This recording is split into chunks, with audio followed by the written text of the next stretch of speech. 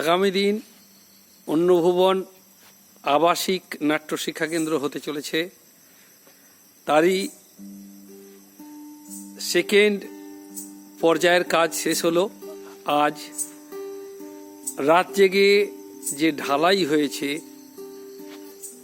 যে ঘর 3000 স্কোয়ার ফিটের একটা অন্তরঙ্গ থিয়েটার বলতে পারেন, যেখানে আবাসিকভাবে থিয়েটারে চর্চা হবে, তার কাজ আজকে সম্পূর্ণ হলো।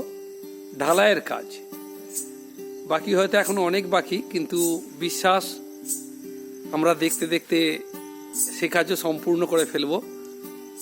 আর চিরাচরিত যারা সর্বক্ষণের আমার সঙ্গী, সেই গৌরাঙ্গ এইচএস পরীক্ষা দেবে, কিন্তু আজকে রাতটা ওর কাছে বড় ব্যাপার, জাগতেই হবে। পড়াশোনাও রাত্রি করে নেবে, এখন একটু মিউজিকে চর্চা করছে। তার সঙ্গে আছে শিবান সামন্ত। তিনজনে আমরা আজকে এখানে যতটা পারি এদিক ওদিক করে আমরা রাত জাগবো। কারণ যদি কোনো কারণে খুঁটি সরে যায়, তাহলে কিন্তু আমাদের এত পরিশ্রম জলে যাবে। তাই রাত জেগে পাহারা দেব। আপনারা জানেন, দেখেছেন, এই মঞ্চ এর আগে তৈরি হয়ে গেছে, নাট্যমঞ্চ দেখাতে পারি। এখানে লাইটটা লাগানো আছে। এই নাট্যমঞ্চ আমাদের মোটামুটি 30 ফুট বাই 40 ফুট এই নাট্যমঞ্চ তৈরি হয়ে আছে।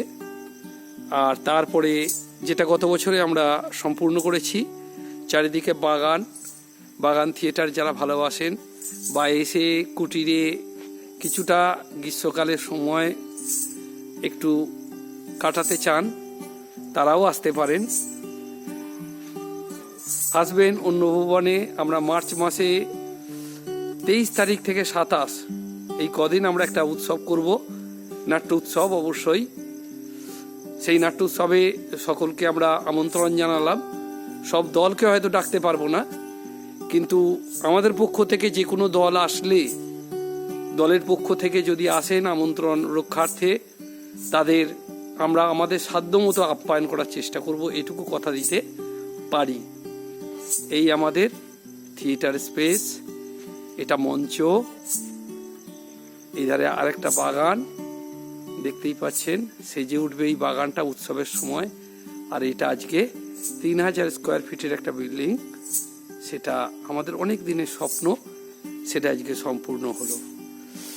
শুভরাত্রি, ভালো থাকবেন, আমাদের সাথে থাকবেন, এই প্রত্যাশা নিয়ে আজকের মতো শুভরাত্রি জানাই।